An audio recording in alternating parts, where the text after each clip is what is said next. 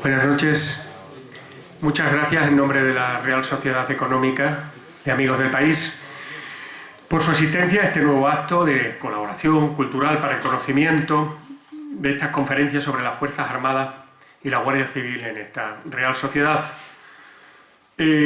Como siempre, nuestro agradecimiento y nuestra alegría por parte de la sociedad de esta colaboración extraordinaria que lleva por su segundo ciclo y que nos está mostrando, bueno, pues un acercamiento y nos está mostrando pues toda una serie de cosas que parece ser que son muy desconocidas para la sociedad en general, y que es el devenir de nuestras Fuerzas Armadas, de nuestros cuerpos de seguridad del Estado. Hoy tenemos una conferencia de un aspecto histórico, como es el último capitán general de Extremadura, el general Esponda, y para ello viene el teniente coronel don Juan Carlos Fernández Rincón, que será presentado por el señor coronel delegado de Defensa, que en este momento pues tiene la palabra mi coronel cuando usted guste. Buenas noches. Yo quería decirle tres cosas. Primero, no estaba previsto que esta conferencia nos hemos puesto de acuerdo con la Asociación Económica del País, que coincidiera el miércoles después de Carnaval, ni que fuera tampoco que hubiera otro partido de fútbol. A propósito, hemos hecho quitar todos los partidos de fútbol, pero no hemos... esta vez juega hasta el Valencia, pero esperemos que estáis. Se agradece mucho a todos los presentes la presencia. Contamos aquí para presentarle al teniente coronel Fernández Rincón. El teniente coronel Fernández Rincón es de la 34 promoción de la Academia General Militar. La pregunta que le estaba haciendo ahora, creía que era mangurrino, pero no, es de Burgos, pero de los 4 años está en Cáceres. Y toda su vida la ha hecho en Cáceres, e inclusive allí ha hecho su estudio de primaria, el bachillerato, el COU, hasta que ingresó en la academia. Y después ya salió con el pro de teniente en el año 79. No le voy a decir las condecoraciones que tiene, ni la vida que ha llevado, sino solamente hablarle del aspecto humano de él. Desde el año 1994, puede ser, Juan Carlos, está destinado en 95 en el Centro de Instrucción y Movilización, ahora se llama Centro de Formación de Tropas, CIR, etcétera. Y él lo que se ha dedicado verdaderamente durante este tiempo, que para eso, si alguno lo ve de uniforme, siempre va lo que nosotros llamamos el huevo frito, se ha dedicado a la enseñanza. Y dentro de la enseñanza, pues se ha dedicado también mucha a la parte de seguridad y defensa, que con respecto a la tropa es los cursos mucho que ha realizado, de esos de prevención de riesgos laborales, de seguridad y defensa, de otros niveles de tropa, de cursos que pueden hacer hasta el nivel de cabo primero, y en eso se ha especializado mucho. Todos los cursos de cabo primero, todos esos enchufes que hemos tenido algunos para decirle, oye, que hay uno de cabo, y le hemos llamado por teléfono, pues no ha hecho nada porque no puede hacer nada, porque bien los cursos como van y los exámenes como van. Aparte de todos estos cursos que ha hecho el teniente Juan Rincón, en su vida militar ha estado también mucho tiempo destinado en personal. Entonces es un gran conocedor de la problemática de personal, y después también tiene una parte que estuvo en la Guardia Real, y lo voy a leer textualmente como pone, en la Compañía de Alabardero, unidad encargada de seguridad del primer círculo de la familia real. No sé a lo que se refiere a eso, si él no lo quiere explicar después, qué significa el primer círculo o el segundo círculo de seguridad que tiene la familia real. Ha sido miembro del programa de cuadro de mando para la estructura de seguridad de la Olimpiada del 92 en Barcelona. Es jefe de estudio, como me he dicho, del Centro de Instrucción y Movilización, ahora llamado Centro de Formación de Tropas, y como cosa fuera de la vida militar, casado. Su mujer ha podido acompañarle desde hace 4 horas, porque hace 4 horas no podía acompañarle porque él se tenía que marchar, pero a Dios gracias ha podido venir a acompañarnos y estar con nosotros. Está muy implicado en todo el entramado social de Cáceres, es muy conocido por toda la población de Cáceres, a nivel político, social, militar, cívico, todos los aspectos que podéis ver.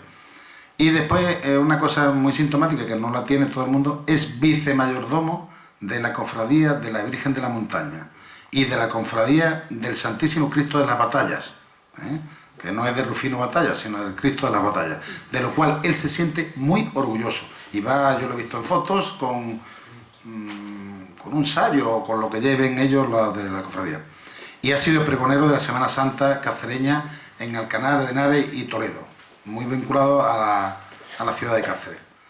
Él me dijo que le presentara yo, porque nunca he tenido yo al teniente coronel Rincón bajo mi mando, pero hemos tenido cierto feeling al conocernos, y yo en su día abogué, porque no lo voy a negar, de que fuera su delegado de defensa de Cáceres, porque lo conozco bien, y sí puedo hablar de una cosa que los militares sí que podemos tener, de lo que mejor creo que se puede hablar. Creo que la virtud que mejor la ampara, de lo que yo le he conocido, y con su mando, que repito, que no lo he tenido nunca bajo mi mando, es de la lealtad, de lo cual es una virtud que los militares nos debemos enorgullecer mucho. Él ha sido siempre, que yo lo he escuchado, muy leal con todos los jefes, iguales y subordinados que ha tenido. Y sin más, le doy la palabra al teniente coronel Fernández Rincón, que nos va a hablar del último capitán general de Extremadura, que algunos lo ponen en duda, pero eso se lo preguntan después a él.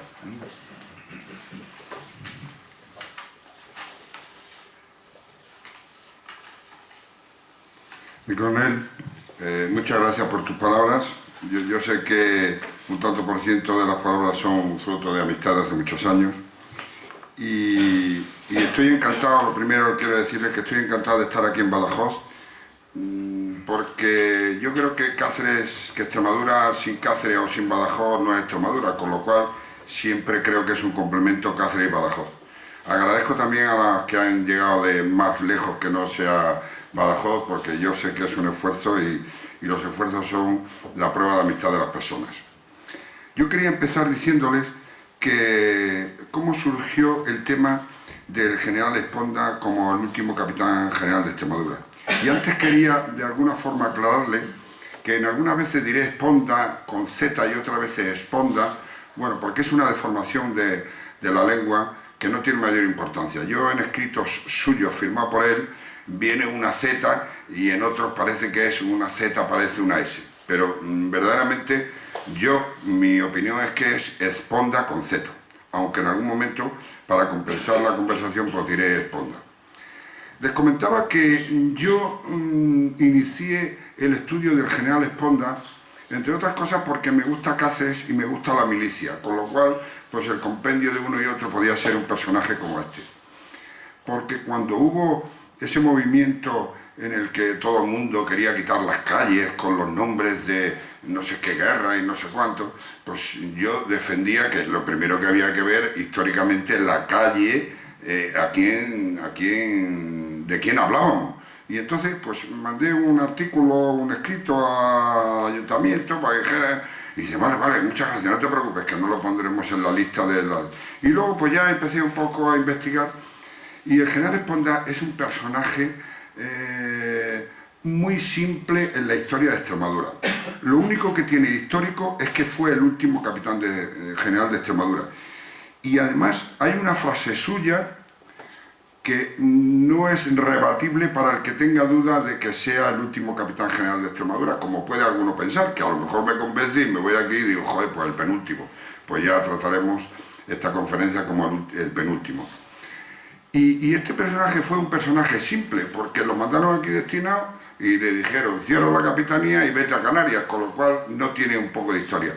Pero sí, no deja de ser escrito en los libros, recordaremos cómo este fue el último capitán general de Extremadura. Y aunque vivió en Badajoz, en Cáceres hizo solo una cosa, y esa cosa le ha hecho ser hijo predilecto, tener una de las calles más importantes de Cáceres, recibir un homenaje impresionante.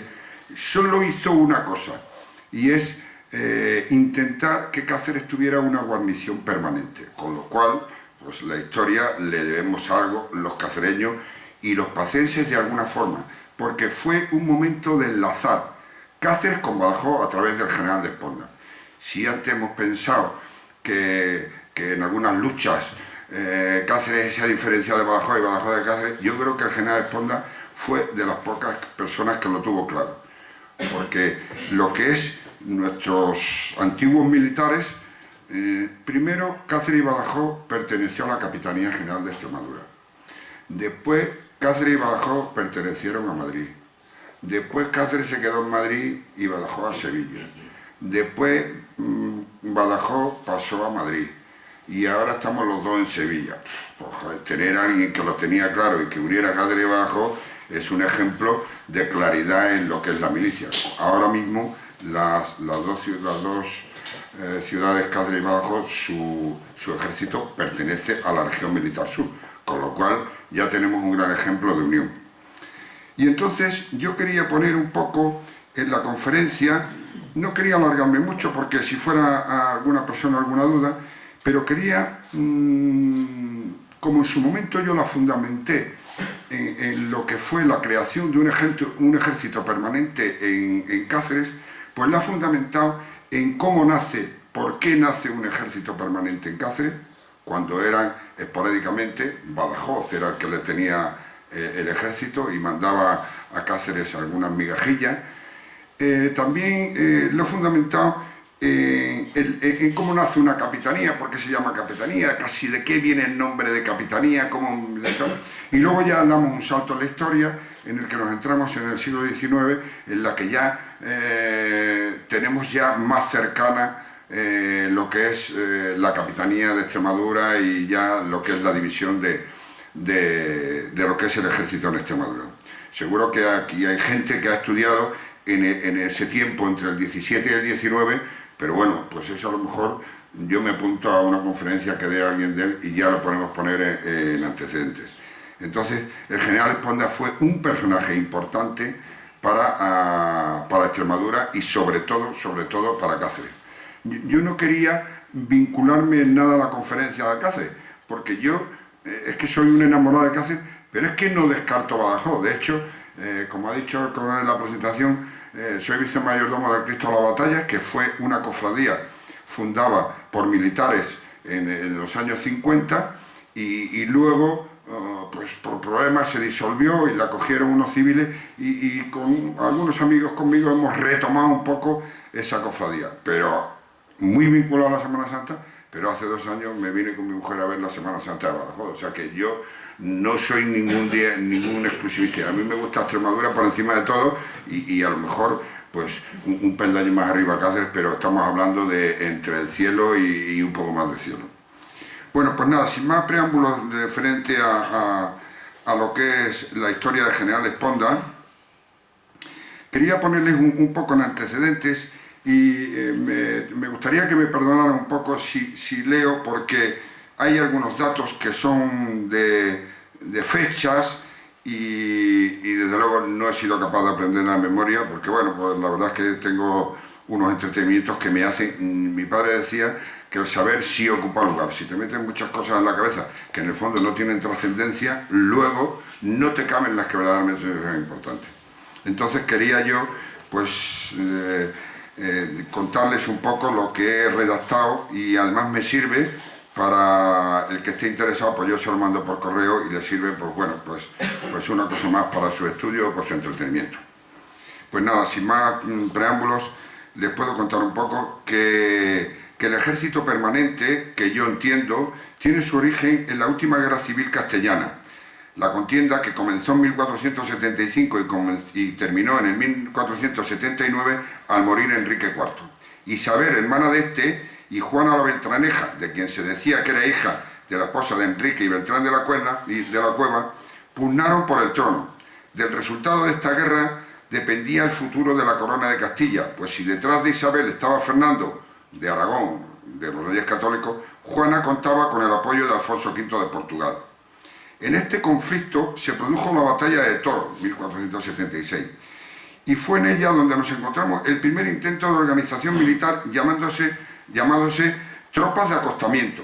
Eran milicias locales revisadas una vez al año y compuestas por espingarderos y lanceros que se agrupaban en capitanías. Es el primer punto que podemos ver cómo las capitanías, ya en los Reyes Católicos se muestra la palabra capitanía, que se puede buscar en el diccionario y tiene muchas acepciones. Pero ahí es donde primero se empiezan a conocer las capitanías. Varias capitanías formaban una batalla y la suma de estas una división. Los triunfos castellanos en esta guerra civil pudieron ser debidos a aquellas tropas de acostamiento que tenían un grave inconveniente: se disolvían al terminar la guerra. Fue por ello por lo que tuvo éxito el proyecto de Alonso de Quintanilla, que veremos a continuación. Este personaje fue contador mayor y consejero de los reyes y tuvo un papel importante en la contienda. Demostró la forma de enfrentarse a los gastos de la guerra y diseñó las primeras unidades militares disponibles para los reyes, que se llamó la Hermandad General. Estas unidades son el embrión del futuro ejército permanente y suponen un momento de transición entre el ejército medieval, que se nutría de vecinos de realengo obligados como vasallos, que realizaban las campañas militares mediante las mesnadas nobiliarias y las milicias concejiles, siendo la caballería su principal arma. Como tal, solo la caballería. Sin embargo, el ejército permanente, propiamente dicho, estaba compuesto de tropas de caballería e infantería al servicio de los monarcas y pagados continuamente. En la batalla de Granada tenemos el primer precedente del ejército moderno, cuyas características fue la importancia de la infantería apoyada por la caballería y la artillería. Alonso de Quintanilla participó activamente en la contienda, diseñando y implantando la Hermandad General e ideando formas de sufragar esta guerra. La gran contribución de la Hermandad General al reino, como he dicho antes, fue la aportación de las unidades de infantería, caballería y artillería permanente, bajo las órdenes directas de los monarcas, que eran los que la sufragaban. El ejército permanente costaba al rey en 1504 120 millones de maravedíes y consumía el 40% de los ingresos que tenía el rey. Al término de la guerra se planteó el futuro de esta unidad. Quintanilla presentó un proyecto de milicia territorial formada por 1 de cada 12 vecinos, pero este plan no se llevó a cabo, aun cuando lo quiso aplicar 20 años después. Nunca fue capaz de hacerlo. Más tarde el gran capitán planteó un nuevo proyecto parecido, pero que tampoco llegó a consolidarse. Así, una vez desaparecida la institución de la Hermandad General por el fin de la guerra, los hombres de la hermandad pasaron a engrosar las guardias reales. El ejército permanente es la base por la que de alguna forma se pueden desarrollar los futuros ejércitos españoles. La Hermandad General participó también en algunas guerras señorales. Fueron útiles en dirimir por la fuerza situaciones locales de confrontación y desorden. En ocasiones favorecieron a un noble, pero en la mayoría de las oportunidades Isabel y Fernando confiaron sobre todo en personajes discretos de su entorno y sobre todo fieles a ellos. La Hermandad General, en esa guerra civil y en algunos conflictos señoriales, la convierten en uno de los ejércitos más consolidados y mejores preparados de la época, muy cercano a la realidad de los ejércitos actuales, y dando, como había dicho al principio, una vez que hemos entendido cómo se inicia la Hermandad General y cómo llega a entender que podía ser un ejército permanente, ya no quería entretenerme más y quería ya pasar al siglo XIX, en el que los capitanes generales eran muchas veces coincidentes con los virreyes, autoridades políticas y judiciales.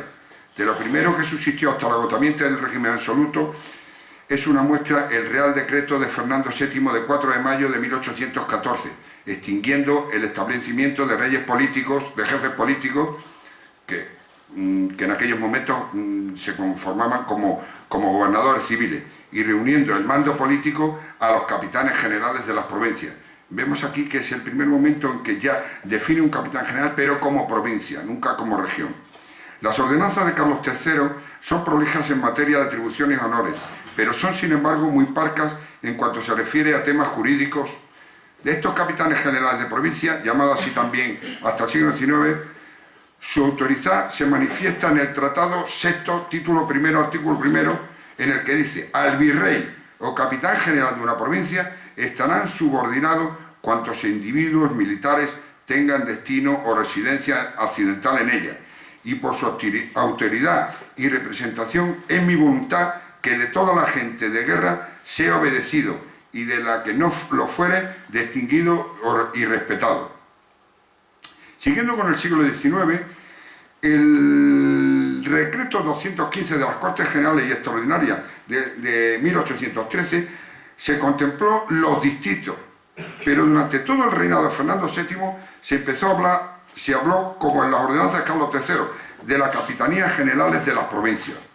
Puede verse en el citado decreto, en la circular del Ministerio de Guerra de 8 de julio de 1814 y en la Real Ordenanza de mayo de 1816 y 7 de diciembre de 1927, todavía se contemplaban como tal dentro de las provincias.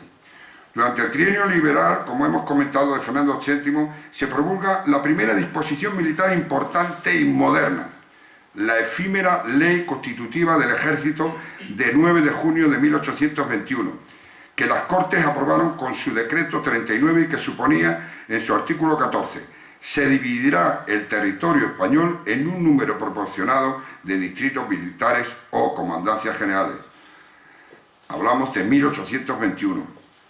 Y es fundamentándose en la citada Ley Constitutiva del Ejército el decreto 60 de 27 de enero de 1822 en el que se estableció la división provisional de 52 provincias del territorio español y también se dividió en 13 distritos militares que venían a coincidir de alguna forma con el mapa heredado del siglo XVIII. Su numeración y capitales era el siguiente: la primera Madrid, segunda Coruña, tercera Valladolid, cuarta Burgos, quinta Vitoria, sexta Zaragoza, en las 7 Barcelona, octava Valencia, novena Granada, décima Sevilla, undécima Badajoz, es la primera vez que contempla ya como tal, 12 Palma de Mallorca y 13 Santa Cruz de Tenerife. Sin terminar el reinado de Fernando VII y por Real Decreto del 14 de mayo es cuando aparece por primera vez ya la Capital General de Extremadura, no como tal Badajoz, sino como Capitanía General de Extremadura. El decreto del regente Espartero de 8 de septiembre de 1841, siendo ministro de la Guerra Evaristo San Miguel, habla de los distritos o capitanías generales y en esta nueva numeración a la Capitanía General de Extremadura se le otorga el 9, cambiando algunas provincias de distrito. Parece que hubo algunas provincias que pasaron a unas capitanías, pero se le da a la de Extremadura la novena, que antes tuvo la 11. Aún con la denominación de Capitanía General, el empleo ordinario del mando supremo era Teniente General, a cuyas órdenes inmediatas habría un segundo de la clase de Mariscal de Campo, que lo conocemos por el decreto de Espartero de 1841, o segundo cabo, también se le llamó segundo cabo en 1878. También podía desempeñar el cargo de capitán general un mariscal de campo o el general de división. El general de campo, el general Esponda fue segundo cabo en la Capitanía de Canarias antes de venir, ya lo veremos, antes de venir a Extremadura y luego volvió a Canarias. Y hubo un momento que fue segundo cabo en Canarias, vino a Extremadura y volvió a Canarias. Posteriormente hubo una serie de cambios e incidencias que fueron la creación de una Capitanía General de África en 1847, pero duró 4 años y en 1851 fue disuelta. También la refundición de distritos de Vascongadas y Navarra se unieron en 1848. Según Real Decreto de 3 de noviembre de 1859, derogado en 1860, se reduce a 5 grandes distritos, siendo uno en el que nos incluía Extremadura, que se llamaba Andalucía, Granada y Extremadura. Dentro de las primeras que vimos, en 1859 solo se ponen 5 y Extremadura pasa a la que conforman con Andalucía y Granada. Es por Real Decreto de O'Donnell de 2 de junio de 1886 cuando se suprime el Distrito Militar de Extremadura, pasando al depender del de Andalucía.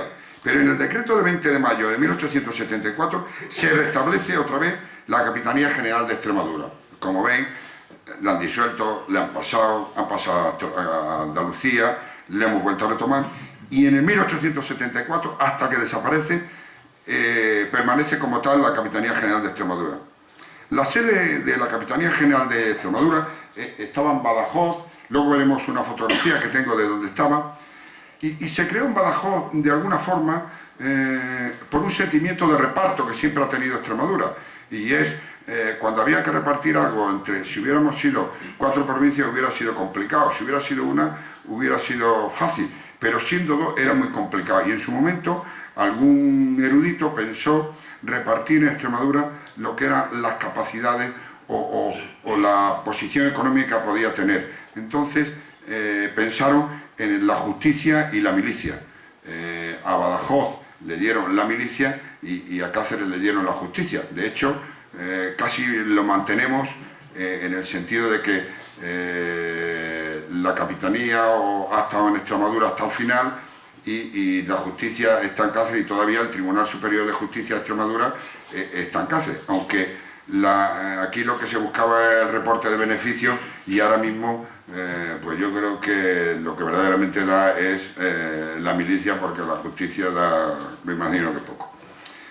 La sede de la capitanía estaba en Badajoz, en la remodelada Casa del Conde de la Torre del Fresno, siendo su titular en 1880 don Juan Carnicero y San Román, que era mariscal de campo. Por aquel entonces ya estaba en la ciudad el regimiento Castilla 16 con 2 batallones, así como artillería, caballería e ingenieros. A partir de 1893, que son los momentos claves en la historia de la capitanía, y concretamente el 22 de marzo, pasan a denominarse regiones militares y se reducen drásticamente a 7, siendo la primera región Castilla la Nueva y Extremadura. Ya dije al principio que era el primer momento que pertenecíamos. En esa primera región de Castilla la Nueva y Extremadura estaban Madrid, Segovia, Ávila, Salamanca, Toledo, Ciudad Real, Badajoz y Cáceres. Estaba junto Cáceres y Badajoz.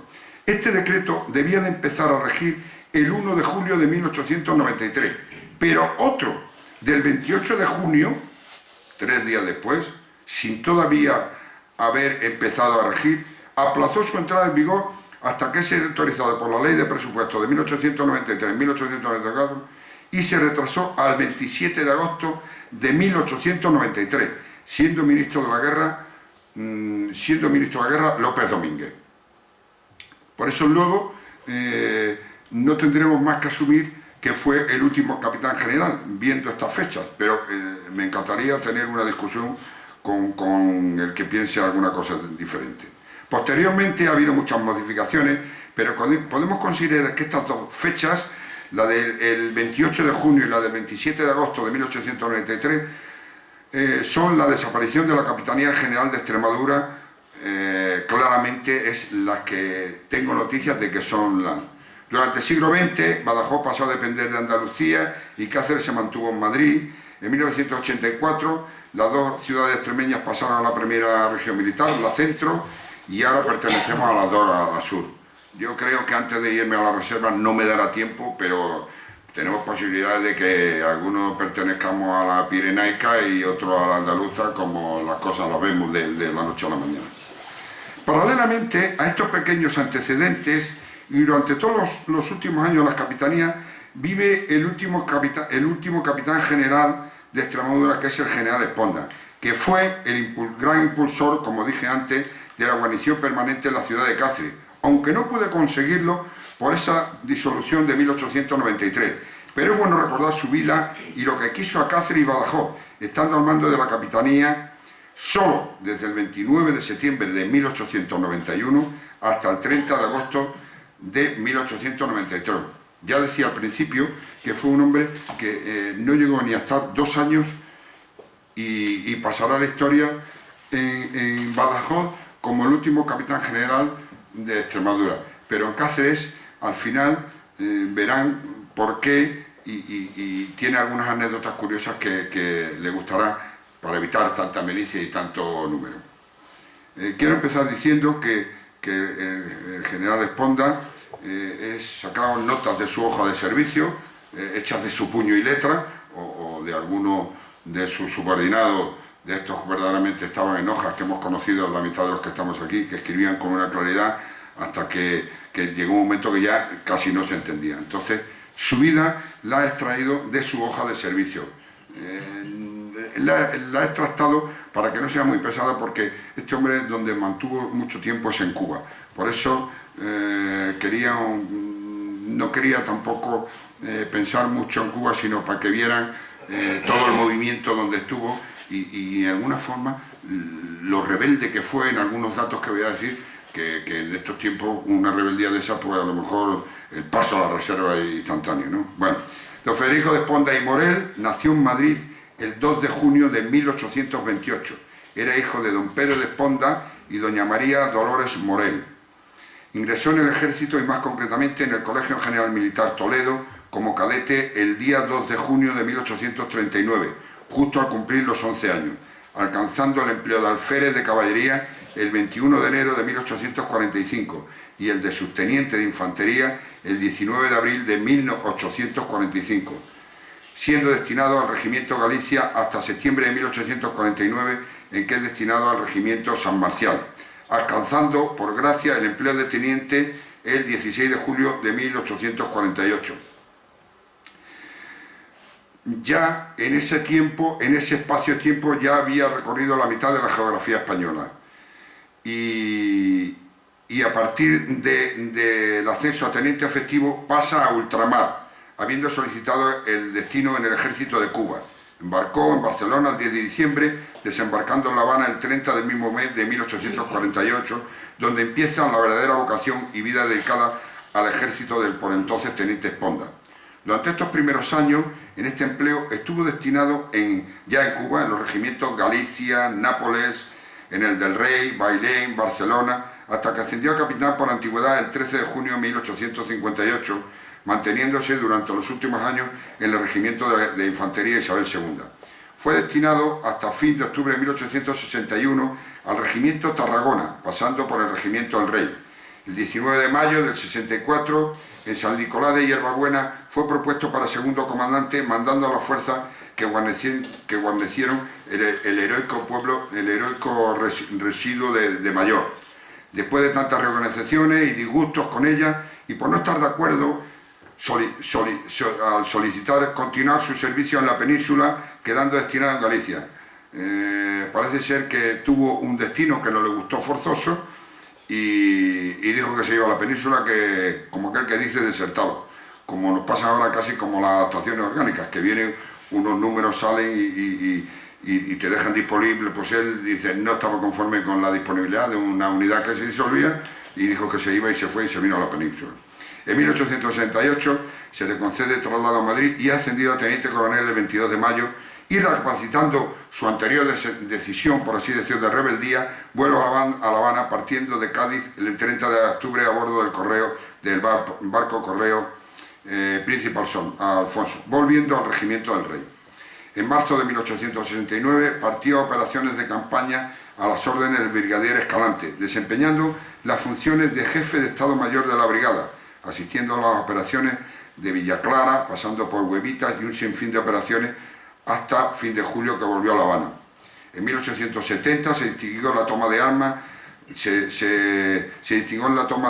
a las órdenes del general Goyeneche, por cuyo hecho de armas se le compensó con el grado de coronel. Vemos el primer ascenso por méritos a coronel. 4 de julio, por su contribución al mantenimiento de la paz durante 1890, se le concedió la Cruz Roja de segunda clase al mérito militar.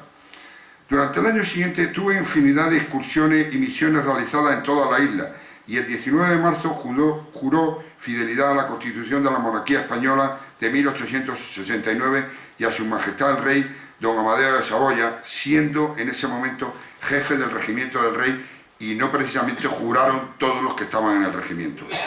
El 5 de febrero, y según disposición del capitán general, causa baja en el citado regimiento, pasando a la situación de reemplazo, debiendo regresar a la península por providencia propia de dicha autoridad. El entonces coronel Esponda protesta por tal decisión, pidiendo explicaciones por el cese, y en virtud de las averiguaciones realizadas se tuvo a bien disponer el 6 de mayo quedase en suspenso su marcha a la península.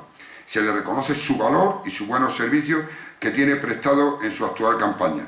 Permaneció sin destino hasta noviembre, en el que pasa a mandar el batallón Malmaseda, hasta 1873, en el que pasa a mandar el regimiento Cuba.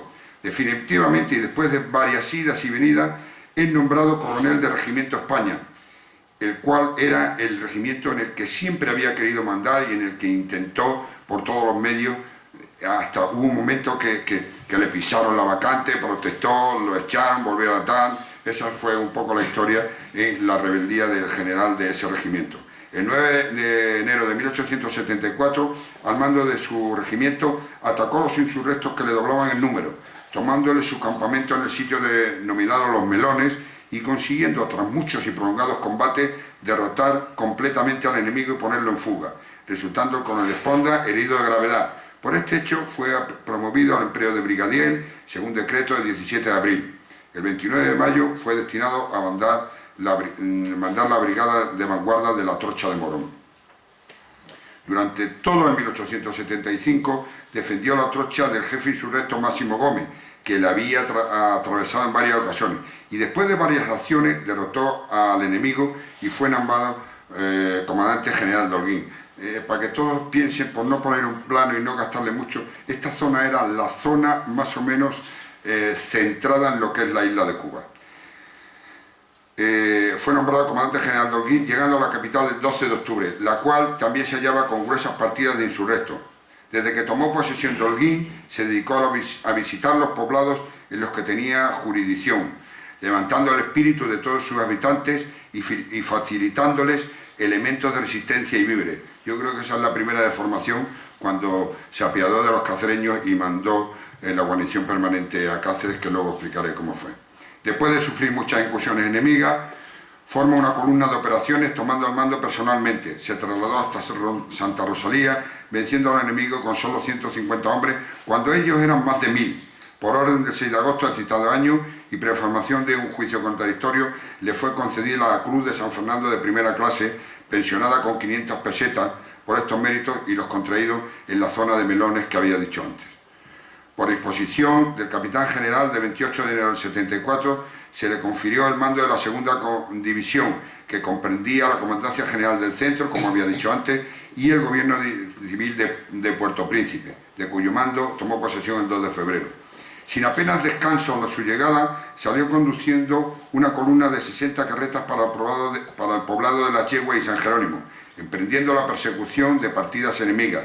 Posteriormente volvió a salir hacia el rincón de Antón, donde acampaba el enemigo, batiéndole y cogiéndole armas y caballos y obligándole a abandonar ese territorio.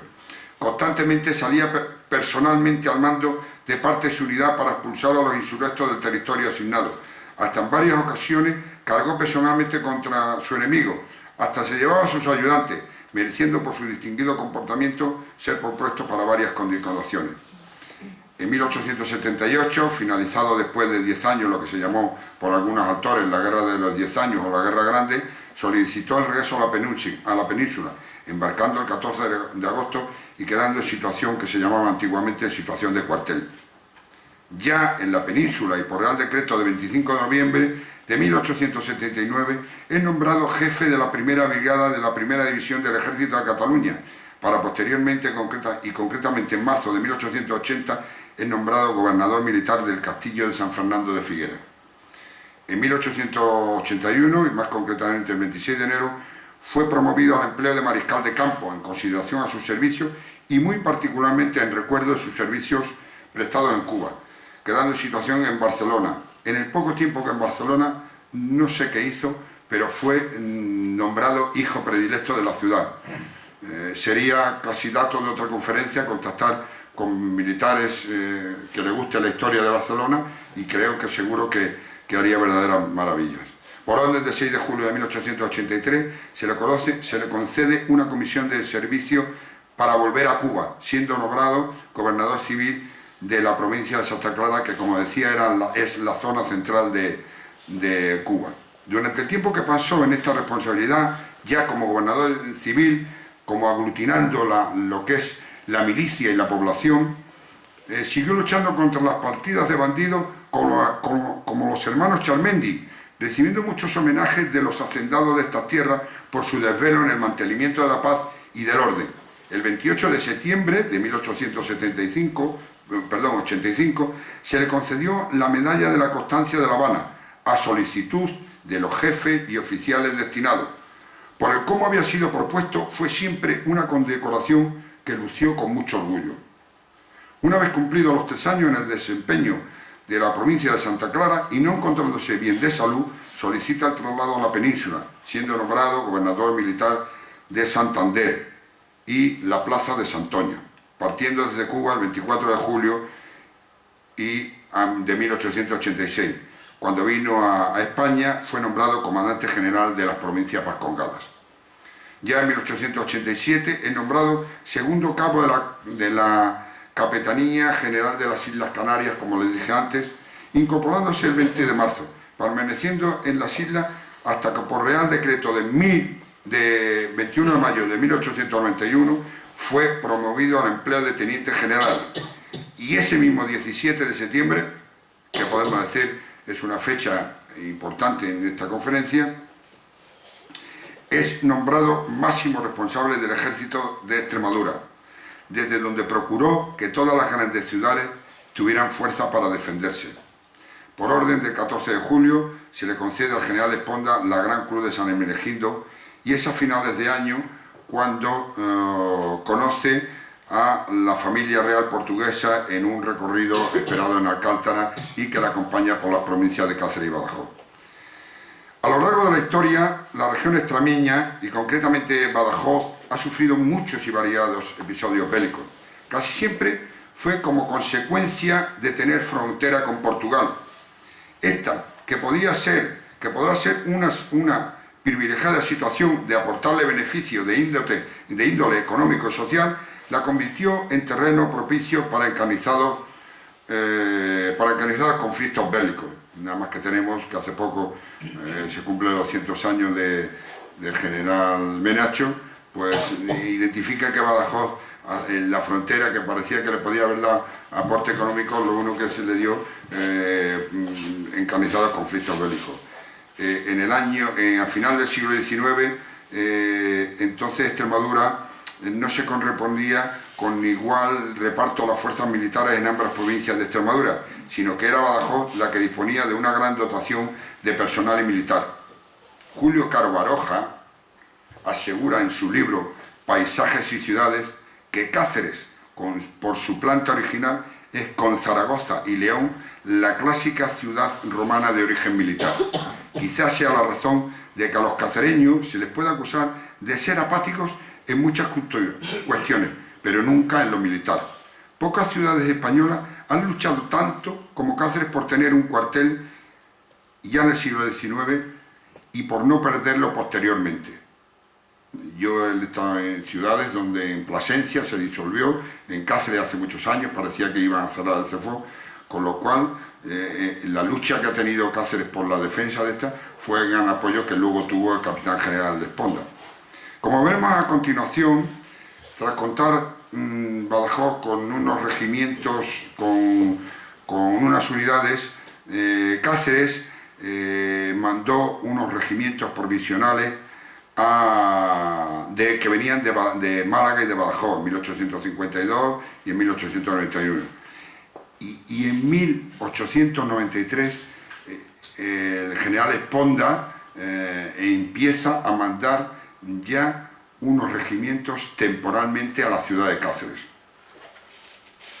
Parece ser que cuentan las fechas que desde 1853 venían destinados temporalmente tropas de Cáceres de Badajoz para guarniciar Cáceres, hasta 1891 en que cesaron tal los envíos.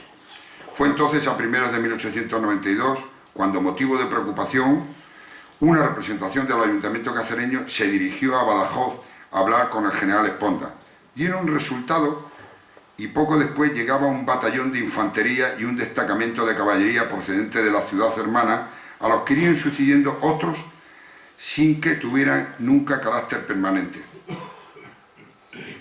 Les voy a contar una anécdota, que la tengo reflejada, en el que la ciudad de Cáceres, yo creo que es un momento de gran unión con la ciudad de Badajoz, satisfecha por la guarnición que había en ella, acordó a través del ayuntamiento, entonces presidido por don Augusto Monge, conceder el título de hijo adoptivo de la ciudad al citado capitán general.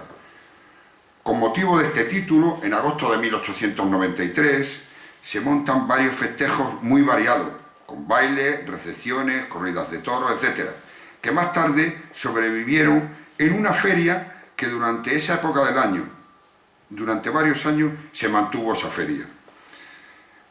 Previamente a estos festejos, una comisión del ayuntamiento de la capital, presidida por el alcalde y varios concejales, invitaron al general y al ayuntamiento de Badajoz a presidir Cáceres. visitar Cáceres, perdón. La visita del general revistió carácter de acontecimiento, pues la ciudad quiso demostrarle su gratitud por el envío de la guarnición. Parece ser, que cuentan las crónicas, no había dinero para tantas fiestas y hubo que buscar fórmulas que permitieran disponer de algunos recursos, adoptándose la casi profanadora de destinar a regocijos y fiestas las 7.900 pesetas consignadas en los presupuestos municipales para construir el nuevo cementerio del que últimamente tanto se venía hablando, pero que nunca se construyó. Desde el 29 de agosto al 2 de septiembre de 1893 hubo iluminaciones, fuegos artificiales, desfiles de soldados, concursos de banda de música.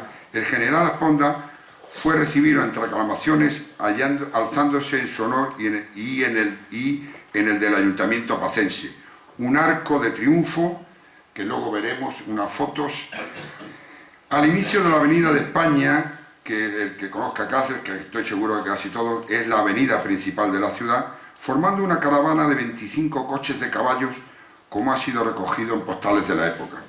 El bizarro huésped presidió las corridas de toros del 30 y del 31 de agosto, donde su aparición en el Paco, contiguo al de la presidencia, fue acogido con calurosos aplausos del público, concurriendo después al banquete con el que se obsequió a la Corporación Municipal de Badajoz y presenciando desde el balcón del ayuntamiento los fuegos artificiales instalados en la plaza.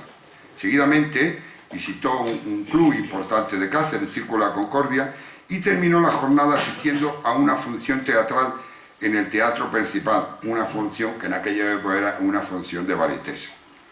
La jovialidad y simpatía del general cautivó a los cacereños, que comprobó el ayuntamiento pacense, siendo un personaje muy querido en Extremadura en el poco tiempo que residió.